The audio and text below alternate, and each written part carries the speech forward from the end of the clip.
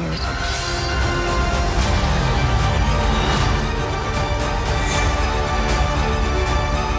We're the ones who changed everything.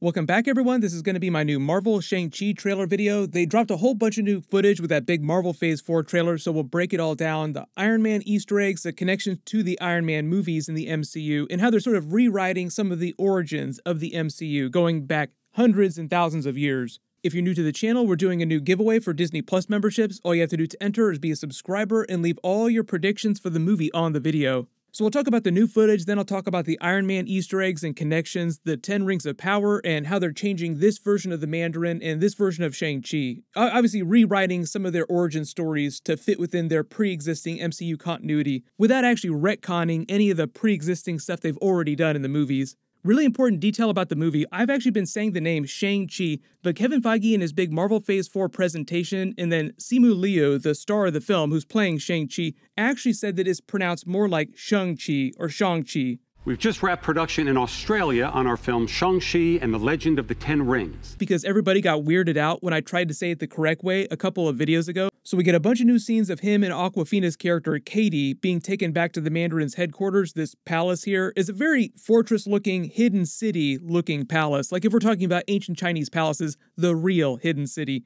The way they've been hyping up the Mandarin, like he's been here this whole time, ruling over everything from the shadows since the birth of the MCU. Actually, since before the birth of the MCU. The character that Awkwafina is playing, as far as we know, is just named Katie. We don't know what her last name is. Really, they haven't told us. She's just being pitched as this normal girl that Shang-Chi becomes best friends with during the 10 years that he spends on his version of Rumspringa. Like the Mandarin tells him, go out and do whatever you want to, have as much fun as you want, before he has to come home and start working at the family business again, so to speak. Ruling over the Ten Rings organization at my side, as it seems like his sister has been doing for the past 10 years. The way they explain her character is that she just stayed with their father, continuing to be trained, so she's just as fearsome a fighter as he is. But the whole pitch of his character is that he is supposed to be the world's best fighter. But when he has the 10 rings, that's sort of like the boss level upgrade that makes him top tier A-list Avengers powerful. The way the 10 Rings of Power work in the comics, they treat them kind of like Infinity Stones, each with their own unique powers and unique essences, which I'll explain in a second, because it does get kind of complicated.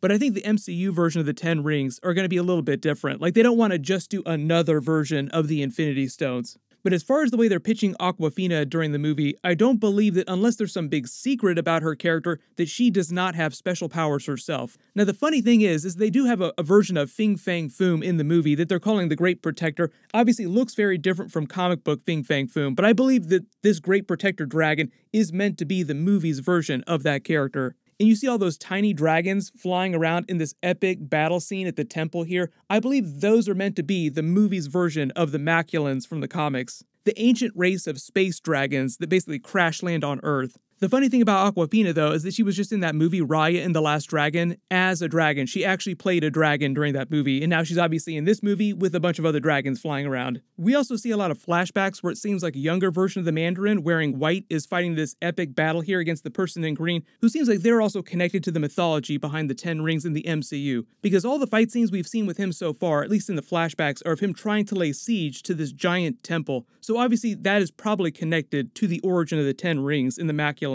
There is a special mystical pet that comes with Katie's action figure that they're selling, so at some point she might pick this up during the movie, but they haven't explained what this creature is and what role it serves during the film. There's more footage of him fighting Death Dealer in that big high-rise fight scene with the helicopter there. That seems like it's before they get carted back to the Mandarin's temple. There is a new scene of Katie driving that BMW through the streets of San Francisco in a chase scene. This will probably remind you of the big chase scene from Ant-Man and the Wasp, because that also took place in the streets of San Francisco. I believe this is just taking place in a different part of San Francisco. So some of the characters from Ant-Man and the Wasp could cross over into this. But the whole idea with the Great Protector, Fin Fang Foom, the dragons in the movie The Maculans, and the 10 Rings of Power is that they're all meant to be connected. So the Maculans are the ones who created the 10 Rings of Power that the Mandarin uses.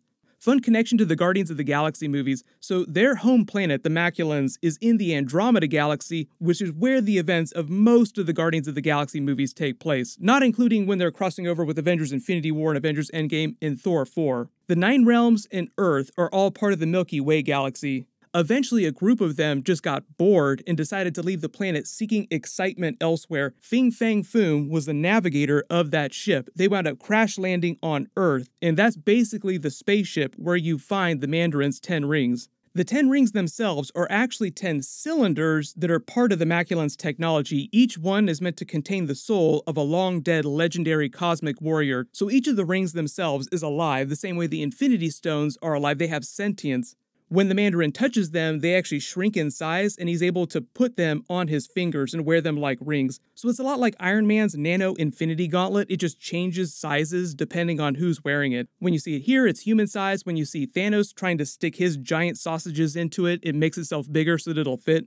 It's just that they're taking the mythology and the Mandarin's origin story to very Game of Thrones epic-level proportions within the MCU, beyond what you saw in the Iron Man comics. But it seems pretty clear in the movie that he's engaged in this long-term war across many hundreds of years against this group of monks all wearing red at this temple, who seem like they're connected to these smaller dragons flying around who might be the Maculans during the movie. You also see the giant stone lions that have come to life. They're meant to be the traditional stone lions that you see around Chinese temples. Mythologically, they're supposed to serve as temple guardians. So just the limited footage that we've seen so far, this implies that the Mandarin is raiding this temple for some reason, and they're defending it against his army. But both in ancient history, like a really old fight here, with them wearing this very classical-looking armor, in another big battle in present day, where you see Shang-Chi actually fighting amongst them. It seems like whatever this war is that he's engaged in with these monks is the reason why he compels Shang-Chi to come home. Like, this is the grand purpose that I've trained you for.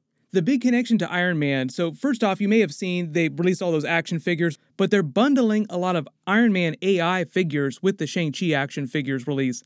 I don't think that means we're going to see AI version of Iron Man show up during the movie, but I do think that they'll be using Iron Man's history in the MCU in the Iron Man movies, his connection to the 10 Rings organization, starting in that first Iron Man movie, to sort of weave in with the real Mandarin's backstory in the MCU. And obviously, like all the other Marvel Phase 4 movies, build on how everything is affected by the Infinity Gauntlet snap and then the next two snaps during Avengers Endgame. And obviously, there's the Trevor connection and AIM with Aldrich Killian. Remember, Killian called himself the real Mandarin at the end of the movie, and he had those weird dragon tattoos all over his body.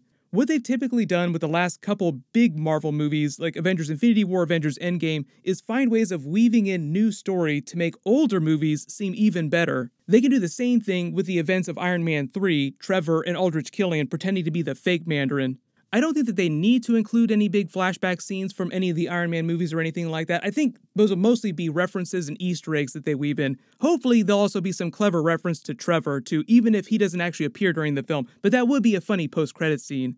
But because I didn't talk about the titles in my other video, they obviously revealed the title of Black Panther 2 is Wakanda Forever, very apropos. I will do a separate Black Panther 2 video at some point because they will be filming the movie pretty soon. The title of Captain Marvel 2 is going to be The Marvels, plural because of Miss Marvel Kamala Khan, and it's a clever reference to Monica Rambeau's character, who was actually the first female version of Captain Marvel before Carol Danvers in the comics. I'm also kind of hoping that the title is a reference to the Blue Marvel making his debut in the movie too. There was a casting notice for someone that sounded kind of like him. They finally revealed Guardians of the Galaxy 3 is coming out May 5th, 2023. I love the volume graphics slider because it's volume 3, like the volume readout on a tape deck registering playback. And even though they don't list a release date for the Fantastic Four movie, it's probably coming out right after Guardians of the Galaxy 3 in July 2023. I'll do a separate Fantastic Four video at some point when we learn some more about that movie.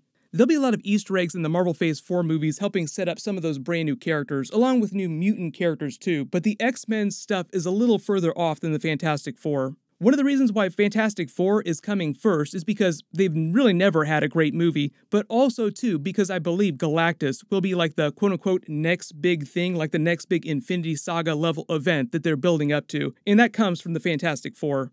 But if you spotted any new Easter eggs in the trailer that I didn't talk about in the video, just write them below in the comments, and I'll do more trailer videos for the movie as we get new footage. There'll be a lot of big Marvel stuff happening while Loki episodes are dropping. I just did a bunch of new Loki videos. You can click here for that new trailer, and you can click here for my full Eternals trailer video too, and that Marvel Phase 4 trailer. Thank you so much for watching. Everyone stay safe, and I'll see you guys tonight.